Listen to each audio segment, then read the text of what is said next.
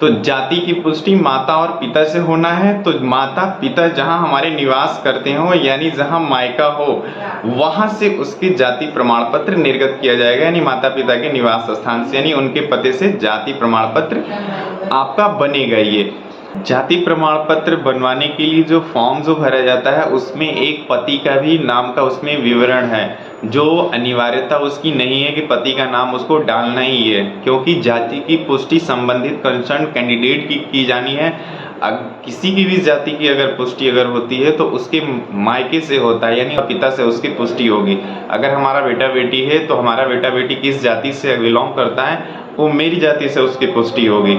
इसलिए इस फॉर्म में आप अपने मदर और फादर का डिटेल और विवरण आप सुस्पष्ट भरें, अच्छे से भरें उसे, और उसमें पति की जाति की अनिवार्यता नहीं है, इसलिए आप उस पति के नाम का उसमें विवरण देना उसे अनिवार्य ना समझें। अगर आप देते हैं तो उसके लिए आपको अलग से एक डॉक्यूमेंट और उसमें अटैच करना पड़ेगा और उसकी अलग से एक वेरिफिकेशन होगी।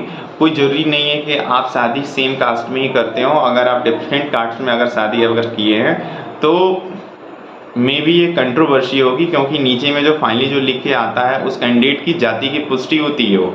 अगर उसका पति किसी और कास्ट में हो और आवेदक किसी और कास्ट का अगर है तो एक वो कंट्रोवर्सी क्रिएट होगी, वहाँ पुष्टि होगी ही नहीं, तो एक अलग लेवल का एक वेरिफिकेशन फिर ये प्रोसेस होगा ये।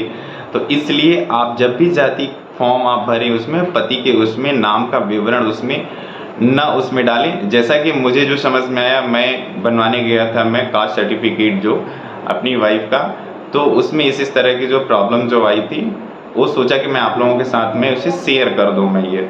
अगर आपको अगर ये वीडियो अगर पसंद आए अगर तो आप प्लीज़ आप दूसरों से भी यह शेयर कर दें, जो कि वो आसानी से वो जाति प्रमाण पत्र बनवा सकें। नहीं तो पता चले कि वो विवरण पूरे भर रहे और एक अलग से उनको एक टाइम प्रोसेस एक लग जाएगा उनके साथ, क्योंकि अभी बहुत लोगों ने बीपीएससी के फॉर्म भरने के लिए फॉर्म अप्लाई कर रहे हैं बिहार में जाति प्रमाण पत्र के लिए, तो समय भी कम है और लोगों की जल्दबाजी भी यही है। तो आई होप कि आपको बहुत अच्छे से समझ में आ गया होगा। फिर भी कोई मन में क्वेश्चन हो, कोई कंफ्यूजन हो तो आप कमेंट करके पूछ सकते हैं, मैं पूरा प्रयास करूंगा आपकी समस्याओं के समाधान के लिए। फिर मिलते हैं एक नेक्स्ट वीडियो में एक नई जानकारी के साथ, तब तक के लिए नमस्कार।